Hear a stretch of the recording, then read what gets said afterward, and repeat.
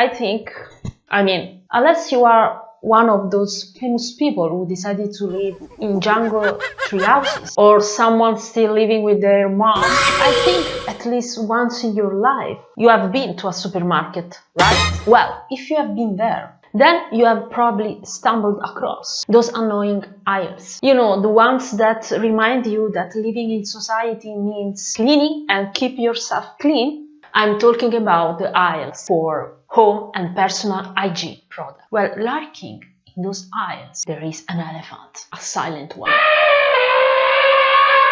And I'm sure you haven't noticed it. I'm sure because I know how lazy people tend to be. But who is this elephant? The elephant is this SDS, also known as SLS, a molecule that is everywhere. That's right. This molecule is found in all shampoos, body washes, soaps, and various cleaning products. If you didn't know about this substance in all of these products, it's probably because you are one of those people who doesn't have time to read ingredients, or maybe can't be bothered, or maybe no one ever taught you about it in school. So what do? You trust science, of course. Like, come on, science has thoughts about everything, right? But is that really the case? Is this trust in science well placed? Is SDS, the substance that is literally everywhere, really harmful? Does it sterilize us, or brace yourself, it is part of some government conspiracy to wipe us out because there are too many of us and they're doing it without us even noticing? Well, we are going to find out in this video. Let's dive right in. What is SDS? SDS, also known as SLS, stands for Sodium Dodecyl Sulfate or Sodium Lauryl Sulfate. It's a molecule made up of 12 carbon atoms, 25 hydrogen atoms, 4 oxygen atoms, 1 sulfur one, and 1 sodium atom. We've got quite a few atoms packed there. But now to take a closer look, let's break it down. Wait, not like that. I meant conceptually. Oh, never mind. So if we look at it, we will see it has a sort of tail. We could call it the hydrophobic region, which is a nonpolar area. This part attracts other nonpolar molecules such as fats or oil. Then there is the head of the molecule. This part attracts other polar molecules. This is the polar region, also known as hydrophilic, because it attracts polar substances like water. Alright, keep that structure in mind because it's the key why this molecule is so successful and why it's everywhere. This molecule is so important that 72 million tons are produced every year and its market is only expected to grow. SDS is made starting from lauryl alcohol, which is derived from palm oil or coconut oil. The production process involves reacting lauryl alcohol with sulfur trioxide or chlorosulfonic acid to produce the corresponding acid. This acid is then deprotonated through a basic treatment using something like sodium hydroxide or baking soda, and voila, we get our SDS or SLS, whichever name you prefer. How does this molecule work? As we mentioned earlier, its structure is the key to how it functions. If we look at this molecule through the eye of a psychologist, we'd probably say it has a bipolar personality and needs therapy, but likely enough, it was chemists who studied this molecule. And they said, it's perfect just the way it is. No need to change it. In fact, this dual nature, a polar head and a I think I cannot do this on YouTube. A polar head and a non-polar tail is essential for how SDS works in detergent. In the presence of water and dirt, SDS molecule can orient themselves. The polar head points towards the water, while the nonpolar tail points towards the greasy or nonpolar substances, basically the dirt.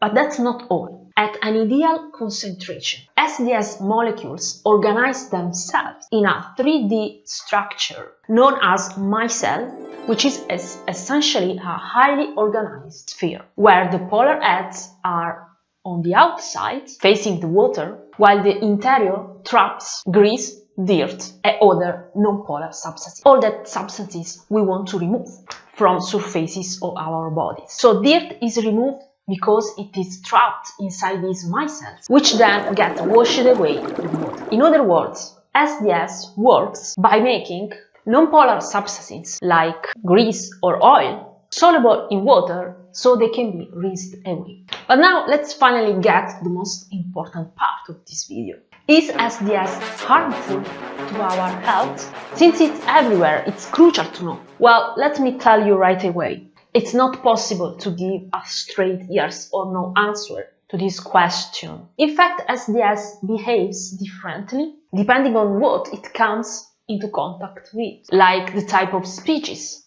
for instance, humans or animals, the concentration it's in, and whether it's combined with other substances or used on its own. So the best way to tackle this is point by point. And hey, let's even assign some points. Is SDS harmful?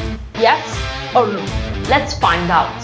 Let's start with environmental effect. And now, if you suffer from eco-anxiety, let me just say up front, since these molecules is in so many products, as we have already discussed it inevitably ends up contaminating our water and soil. This is definitely a downside for the environment. Its ubiquity as a direct result of human activity. But here's the good news. SDS is highly biodegradable and is easily broken down by bacteria into harmless substances. In fact, it's estimated that 95% of SDS breaks down within 24 hours. So what score should we give SDS for its environmental impact? Let's call it a draw.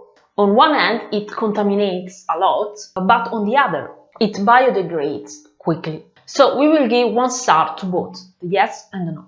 Now let's move on and look at the effects on insects. Well, it turns out that SDS is harmful to the housefly larvae.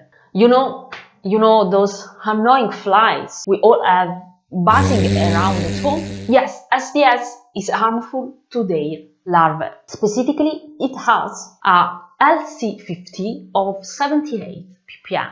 What does it mean? It means that 50% of the larvae die when exposed to a concentration of 78 ppm of SDS. Unfortunately, there aren't so many studies about the effect of SDS on other insects. So for our scoring, this time I have to give only 1 star to the yes, because unfortunately SDS is harmful to this insect. Let's now look at aquatic life. Is SDS harmful to aquatic beings? Well, studies have shown that fishes can easily expel SDS if they come into contact with contaminated water within 24-48 hours. So I would say that for aquatic life, SDS isn't much of a problem. So this time we will give a star to the no.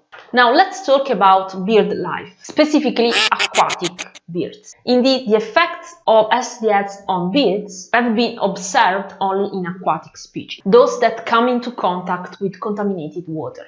Research shows that if these birds swim in SDS contaminated water, they can die from hypothermia or drowning. Why? Because SDS can interfere with the layer of air trapped within their feathers, and they need this air in order to maintain body temperature. So when birds come into contact with SDS contaminated water, the SDS lowers the water surface tension, which means that SDS make water like wetter. This allows the water to penetrate the air layer in the bird's feathers, replacing the trapped air and soaking the beard. As a result, the beard struggles to maintain body temperature, which can lead to death. So unfortunately for aquatic birds, SDS isn't safe, and this time we have to give a star to the yes. Now let's take a look at the damage to mammals. As usual, who else but mice have been studied? What was that? These poor animals, sacrificing themselves for science, have also been used to test the effects of SDS. So what did they find? Well, it was observed that 50% of mice die if exposed to a dose of 250 milligrams per kilogram of body weight. Already odd measurement, but that's how it's done. And this happens when SDS is administered intraperitoneally. However, just a dose of 118 milligrams per kilogram via intravenous injection is enough to cause harm. Rabbits were also used to observe the effects of SDS on their eyes. It was found that with a concentration less than 1%, there are no effects on the rabbit's eyes. But with a concentration of just 5%, temporary conjunctivitis starts to appear. At a 25% concentration, unfortunately, there are significant corneal damages. So what score should we give? Well, I'd say that unfortunately we have to give 1 star only to the yes, this time too. Alright, now we get to the most important part of this video. The only one you might actually be interested in. Maybe that's why you skipped the rest. Who knows? Anyway, let's talk about the effects of SDS on humans. Of course, humans can easily come into contact with this substance, since it's us who release it into the environment, and we can come into contact with skin exposure to detergent, soaps, shampoos. Do we need to add more? Like soap bars, toothpaste, and of course toothpaste can also lead to ingestion, not just skin contact. But ingestion can also happen through previously contaminated water. So is it harmful? As of now, there haven't been any reported fatal cases of SDS poisoning in humans. But let's look at the non-lethal side effect. SDS is known to be irritating for the skin. It even has the label irritating to the skin. And what do we use it for? To wash ourselves, of course. Oh shit! In fact, SDS causes dryness, rashes, swelling, and so on. The irritation depends on both the exposure time and the concentration of SDS. At concentration below 1%, after 24 hours of exposure, no significant effects are noticed on the skin. But at concentration above 1%, after 24 hours, signs of skin irritation start to appear. So the higher the SDS concentration, the greater the damage to the skin. Also, just like we saw with the rabbits, SDS is irritating to human eyes as well. As for the score, I would say let's call it a draw. It's not lethal, but it definitely irritates the skin. Now let's wrap things up. So based on our scoring, it seems that SDS isn't exactly a friend to the environment, nor to animals. As for humans, we saw that it's not lethal.